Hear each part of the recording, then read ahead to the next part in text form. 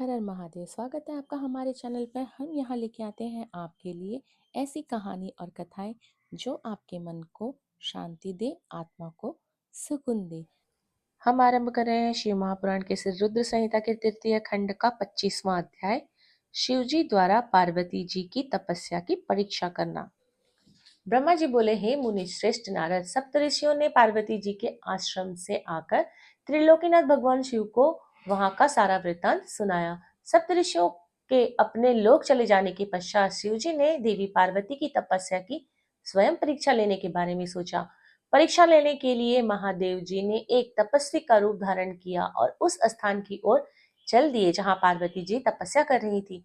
आश्रम में पहुंचकर उन्होंने देखा कि देवी पार्वती वेदी पर बैठी हुई हैं और उनका मुखमंडल चंद्रमा की कला के समान तेजो दीप्त था।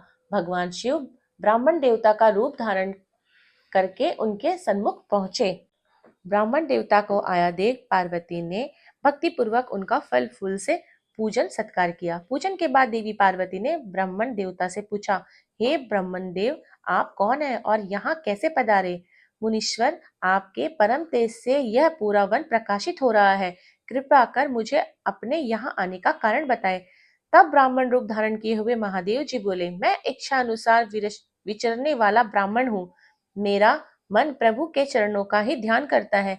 मेरी बुद्धि सदैव उन्हीं का स्मरण करती है। मैं दूसरों को सुखी करके खुश होता हूँ। देवी, मैं एक तपस्वी हूँ। पर आप कौन हैं? आप किसकी पुत्री हैं और इस समय इस निर्जन वन में क्या कर रही हैं? हे देवी, आप इस दुर्लभ और कठिन तपस्या से किसे प्रसन्न करना चाहती हैं? तपस्या या तो ऋषि मुनि करते हैं या फिर भगवान के चरणों में ध्यान लगाना वृद्धों का काम है। भला इस तरुणावस्था में आप क्यों घर के ऐसो आराम को त्याग कर ब्रह्मचर्य का पालन करती हुई तपस्विनी का जीवन जी रही हैं? आप किसी तपस्वी की धर्म पत्नी है और पति के समान तप कर रही हैं। हे देवी, आपने बारे में मुझे जानकारी दीजिए कि आपका नाम क्या है और आपके पिता का क्या नाम है? किस प्रकार आप तप के प्रति आसक्त हो गई हैं? क्या आप वेद माता गायत्री हैं, लक्ष्मी हैं अथवा सरस्वती हैं? देवी पार्वती बोली, हे मुनिश्रेष्ठ, ना तो मैं वेद माता गायत्री हूँ, ना लक्ष्मी हूँ और ना सरस्वती हूँ। मैं गिरिराज हिमालय की पुत्री पार्वती हूँ। पूर्व जन्म में मैं प्रजापति दक्ष की पुत्री सती थी, परंतु मेरे पिता दक्ष द्वारा मेरे पति भगवान शिव का अपमान देखकर मैंने योगाग्नि द्वारा अपने शरीर को जलाकर भस्म कर दिया था। इस जन्म में भी प्रभु शिव शंकर की सेवा करने का मुझे अवसर मिला था।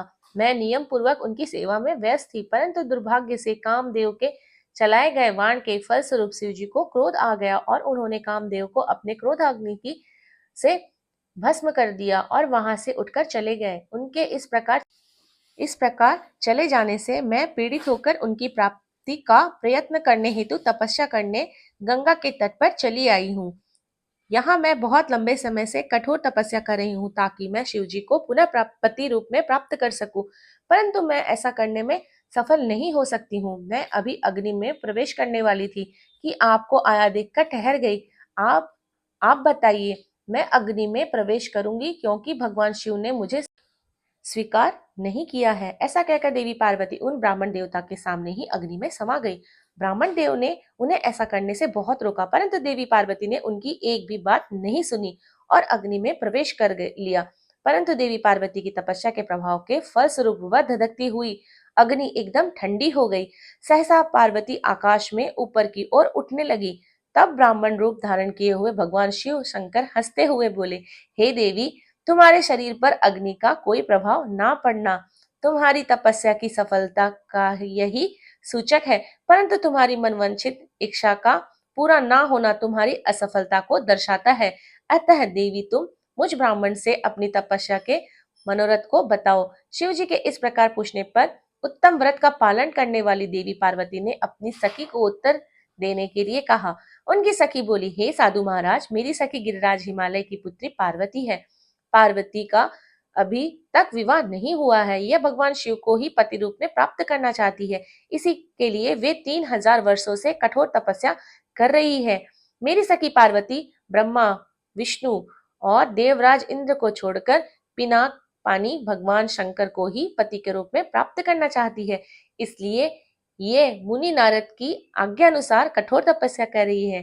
देवी पार्वती की सखी की बातें सुनकर जटाधारी तपस्वी का वेश धारण किए हुए भगवान शिव हंसते हुए बोले, देवी, आपकी सखी ने जो कुछ मुझे बताया है मुझे परिहास जैसा लगता है। यदि फिर भी यह सत्य है तो पार्वती आप स्वयं इस बात को स्वीकार करें और मुझसे इस बात को कहें।